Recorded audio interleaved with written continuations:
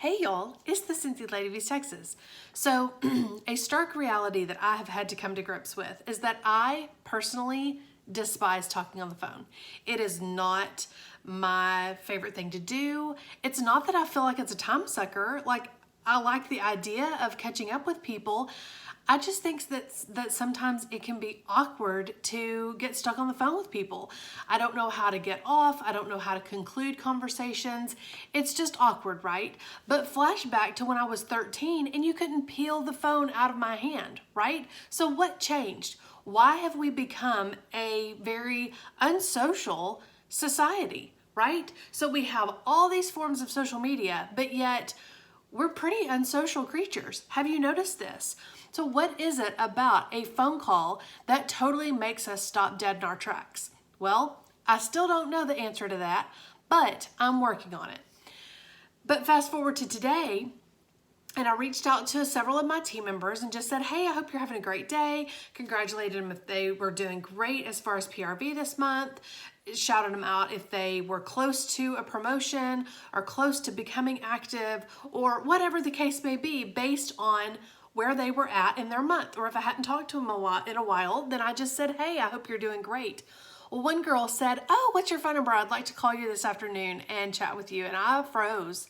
Y'all, I legit froze. I was like, okay. So I responded with my phone number, and y'all, it was a really, really fantastic conversation.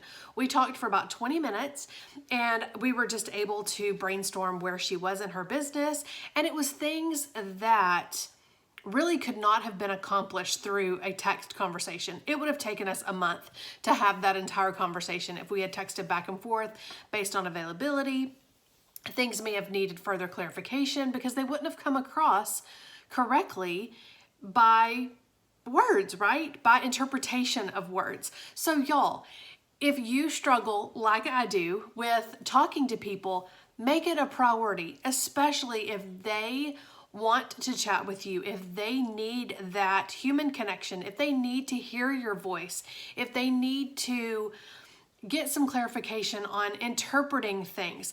Y'all, I can come across as like a major case of RBF, like in person, but my text can come across as pretty curt, short, sweet, to the point, not a lot of fluff. I don't tend to take the time to think about how my texts are received and how they're read. And so sometimes it just is easier to just reach out to people. So lesson learned for me, and I hope that I can pay it forward for you as well, that if your team member or a customer or a potential recruit wants to talk to you on the phone, y'all stop what you're doing and talk to them, because that is how they communicate best and that is how they have a conversation the easiest, and you need to be sure and accommodate that. Because y'all, had I not reached out to my team member today, had I not given her my phone number and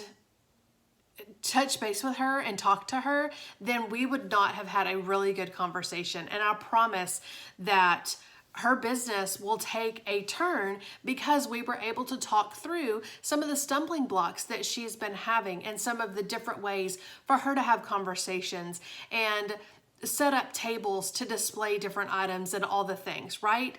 But like I said, it could have taken forever for us to have that conversation through text. So y'all, if you shy away from phone calls, I challenge you, reach out to your team, reach out to those customers, reach out to your potential recruits, let them hear your voice, let them hear the tone of your voice, and it will make all the difference. Y'all have a good one.